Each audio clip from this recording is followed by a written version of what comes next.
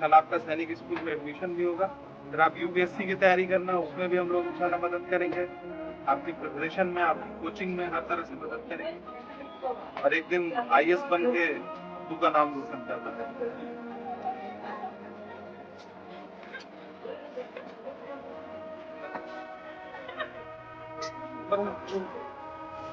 उनका सपना तो तुम्ही को पूरा करना पड़ेगा ना।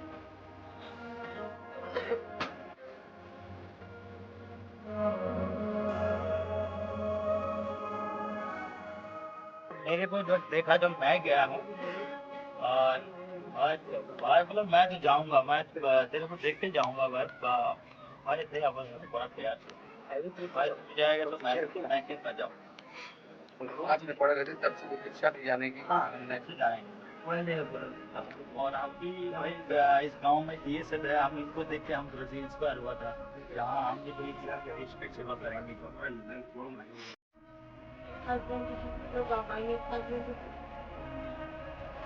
कोई नहीं नुकसान की कोई भरपाई नहीं।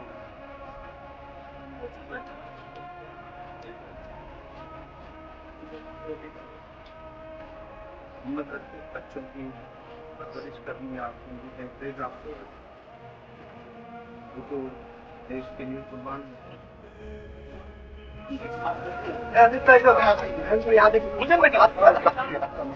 अमर शहीद अमर रहे।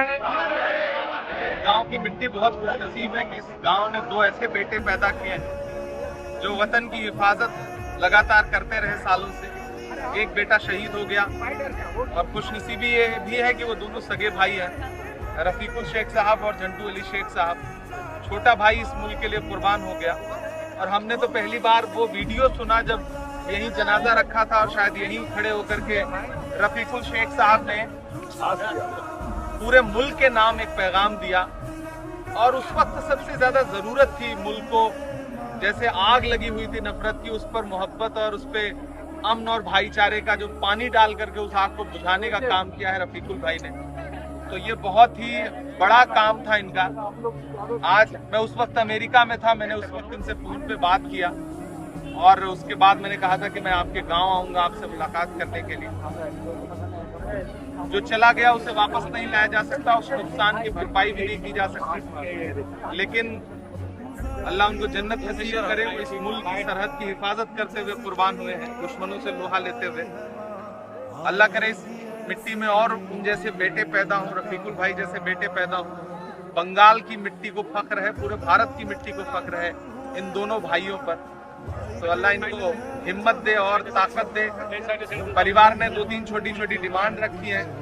एक तो उस बच्चे का एडमिशन जो रफीकुल झंटू भाई का बेटा है उसका सैनिक स्कूल में एडमिशन की बात है।